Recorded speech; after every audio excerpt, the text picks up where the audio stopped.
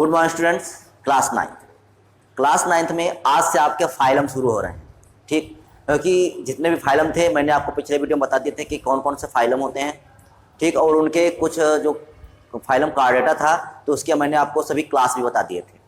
तो उसमें आज पहला फाइलम है आपका फाइलम पोरीफेरा। इसे हिंदी में कहते हैं, फाइलम को हिंदी में कहते हैं संघ और पोरीफेरा को पोरीफेरा ही कहते हैं, पोरीफेरा ही कहते हैं, ठीक। तो चलिए शुरू करते हैं। क्या होता है फाइलम पोरीफेरा, ठीक। एक बात बता दें आपको कि जितने भी फाइलम हैं उसकी 2-4 विशेषताएं तो आपको केवल उसके नाम से याद हो जाएंगी।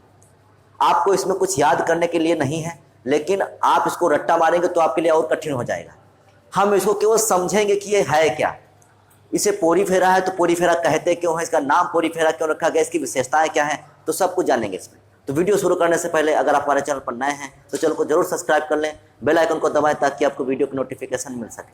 और आप जितना हो सके तो आप अपने साथियों को ये वीडियो शेयर करने की कोशिश करें, ठीक। चलिए शुरू करते हैं फाइलम पोरीफेरा।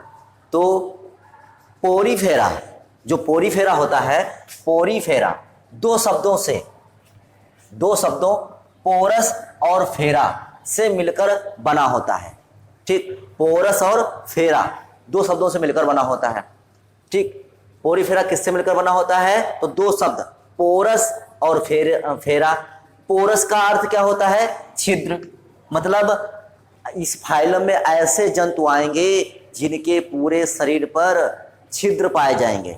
आपने सोखता देखा होगा, जिसको पानी, अगर पानी जैसे भरा उसमें डाल देता है तो पूरा पानी सोख लेता है वो, ठीक। तो बिल्कुल उसी प्रकार से ये होते हैं, जो पूरे इनके शरीर पर क्या होते हैं, छिद्र होते हैं। तो पोरस का अर्थ क्या होता है, छिद्र। तथा फेरा का अर्थ होता है धारण करने वाला, अर्थात धारी, ठीक। धारण करने वाला अर्थात इसका मतलब क्या हो गया, छिद्रों को धारण करने वाला।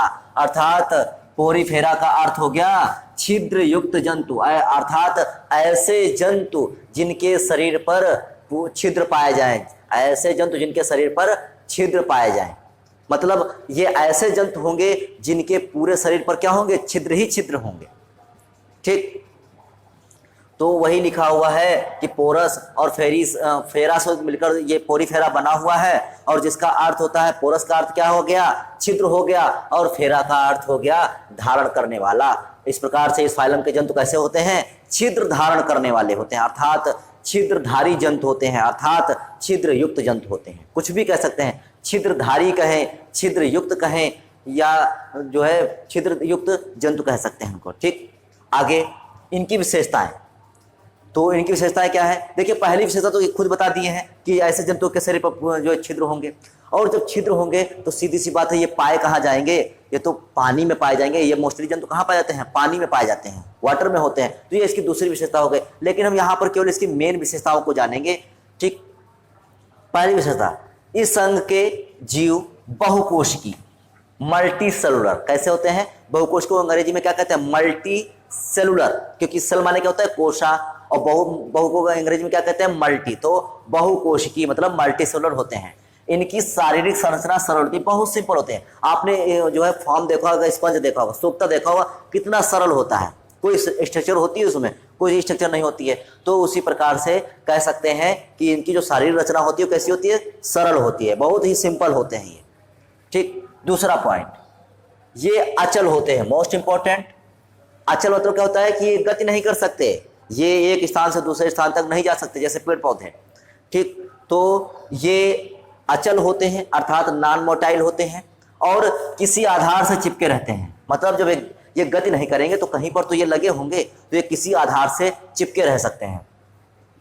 अगला, इनके शरीर में कार्यों के अनुरूप कई प्रकार की कोशिकाएं पाई जाती हैं। देखिए हमने क्या बताया कि ये बहुकोशिकी होते हैं। बहुकोशिकी का मतलब क्या हो गया कि इनमें बहुत कोशिकाएं होंगी, बहुत कोशिकाएं होंगी, मतलब एक से ज्यादा कोशिकाएं होंगी, ठीक। तो वही लिखा हुआ है इनके शरीर के में कार्यों के अनुरूप, मतलब जितनी कोशिकाएं होंगी तो उनका काम भी अलग अलग होगा। जैसे अपने लोगों का हाथ का काम अलग है, पैर का काम अलग है, आंखों का काम अलग है, तो इसमें जितनी कोशिकाएं होंगी तो उनको कार्य भी अलग होगा। तो वही है, इनके शरीर में कार्यों के अनुरूप कई प्रकार की कोशिकाएं पाई जाती हैं, परंतु ऊतक नहीं बनाती, क्योंकि हम दूसरे चैप्टर में पढ़ चुके हैं कि ऊतक क्या होता है। समान कोशिकाओं की संरचना जो होती है वो मिलकर क्या बनाती है, ऊतक बनाती है, और उस ऊतक का कार्य एक होता है। ठीक, लेकिन इसमें कोशिकाएं तो है ज्यादा, लेकिन ये ऊतक नहीं बनाती हैं, तो सीधा सीधा क्या कह सकते हैं कि इनमें ऊतक नहीं पाए जाते हैं। ठीक, अगला, शरीर पर कंटिकाएं या स्पंजी जंतुओं का वाह्य कंकाल होता है। शरीर पर कंटिकाएं होती हैं। ठीक, इनके शरीर पर क्या होती है, कंटिकाएं होती हैं, और यह जो होता है ये स्पंजी जंतुओं का वाह्य कंकाल होता है। मतलब जो कंटिकाएं होती हैं वो क्या होती हैं, वो स्पंजी जो जंतु होते हैं, स्पंज, ठीक, स्पंज, तो जो स्पंजी जंतु होते हैं वो उनका वाह्य कंकाल बनाती हैं। क्या बनाती हैं, वाह्य कंकाल। वाह्य कंकाल जानते हैं, जैसे अपने शरीर में हड्डियों का कंकाल होता है, उसी प्रकार से इनमें भी कंकाल होता है, मतलब जैसे इनका शरीर का आकार बनता है। ठीक, तो इनमें भी कंकाल होता है, और कंकाल काहे का बना होता है, कंटिकाओं का बना होता है। अगला, शरीर पर असंख्य सूक्ष्म छिद्र होते हैं, जैसा कि हम ऊपर जान ही चुके हैं। पोरस और फेरा अर्थात पोर बियरिंग अर्थात छिद्रों को धारण करने वाला। तो वही बात यहाँ पर बता दी गई है कि शरीर पर असंख्य सूक्ष्म छिद्र होते हैं जिन्हें आस्टिया कहते हैं। मोस्ट इंपॉर्टेंट, ये चित्र आप देख रहे होंगे, अब आप इसको चित्र को देख लीजिए। देखिए, ये एक जीवधारी है और इसके शरीर में देखिए छेद हैं, ये छिद्र हैं। ठीक, और ये छिद्रों को क्या कह दिया गया, आस्टिया कह दिया गया। आस्टिया के द्वारा होता क्या है, हमने एरो बना दिए हैं, मतलब जो पानी है वो आस्टिया के द्वारा इसमें जाएगा। कहाँ जाएगा, स्पंज गुहा। ये क्या है, स्पंज गुहा है। ये क्या है, स्पंज गुहा है। तो आस्टिया के द्वारा जल कहाँ जाएगा, स्पंज गुहा में जाएगा, और किसके द्वारा बाहर निकल जाएगा, आस्कुलम के द्वारा बाहर निकल जाएगा। तो अब इसी के विषय में बताया गया है यहाँ पर कि शरीर पर असंख्य सूक्ष्म छिद्र होते हैं जिन्हें क्या कहते हैं, आस्टिया कहते हैं। देखिए ये क्या है, जो छिद्र है इसे क्या कह दिया गया, आस्टिया कह दिया गया। अब आगे, आस्टिया देह भित्ति में उपस्थित एक नाल प्रणाली में खुलते हैं तथा नाल प्रणाली एक बड़ी स्पंज गुहा में खुलती है। काहे में खुलती है, स्पंज गुहा में। तो देखिए आस्टिया कहाँ, आस्टिया एक नाल प्रणाली में तो कहता है नली टाइप की संरचना होती है, और इसके द्वारा पानी क्या होता है, पानी इसके शरीर के अंदर जाता है, और कहाँ जाता है, स्पंज गुहा में जाता है। तो वही बात यहाँ पर कही गई कि आस्टिया देह भित्ति में उपस्थित एक नाल प्रणाली में खुलते हैं, और नाल प्रणाली एक बड़ी स्पंज गुहा में खुलती है। नाल प्रणाली कहाँ खुलती है, नाल प्रणाली कहाँ खुलती है, स्पंज गुहा में खुलती है। अब आगे देखते हैं, इसमें आस्टिया से जल की धारा प्रवेश करती है तथा आस्कुलम से बाहर निकल जाती है। जैसा कि हम चित्र में देख ही रहे हैं कि आस्टिया अर्थात जो छोटे छोटे जो छिद्र होते हैं उनको क्या कहा गया, आस्टिया कहा गया। आस्टिया से होता क्या है कि जल स्पंज गुहा में जाता है, और बाहर कैसे निकलता है, आस्कुलम के द्वारा बाहर निकल जाता है। तो वही बात यहाँ पर बता दी गई कि इसमें आस्टिया से जल की धारा प्रवेश करती है, और जल की धारा प्रवेश करती है और आस्कुलम से बाहर निकलती है। ठीक, तो ये देखिए, अब ये पूरा सिस्टम हमारा क्या हो गया, इस पूरे सिस्टम को हमने क्या कह दिया, इस पूरे सिस्टम को हमने कहा नाल प्रणाली। क्या कहा, नाल प्रणाली।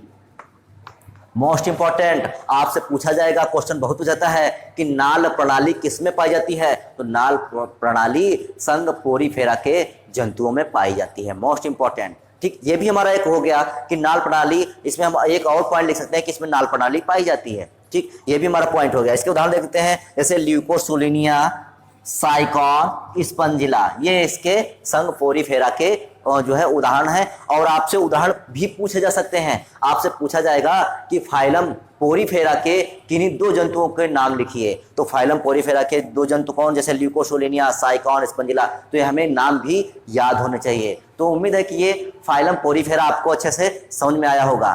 ठीक, तो आप इसको लिखिए, याद करिए, समझिए, और कोई दिक्कत आए तो आप कमेंट करिए। तो आज के लिए केवल इतना ही, बाकी नेक्स्ट वीडियो में, तब तक के लिए जय हिंद।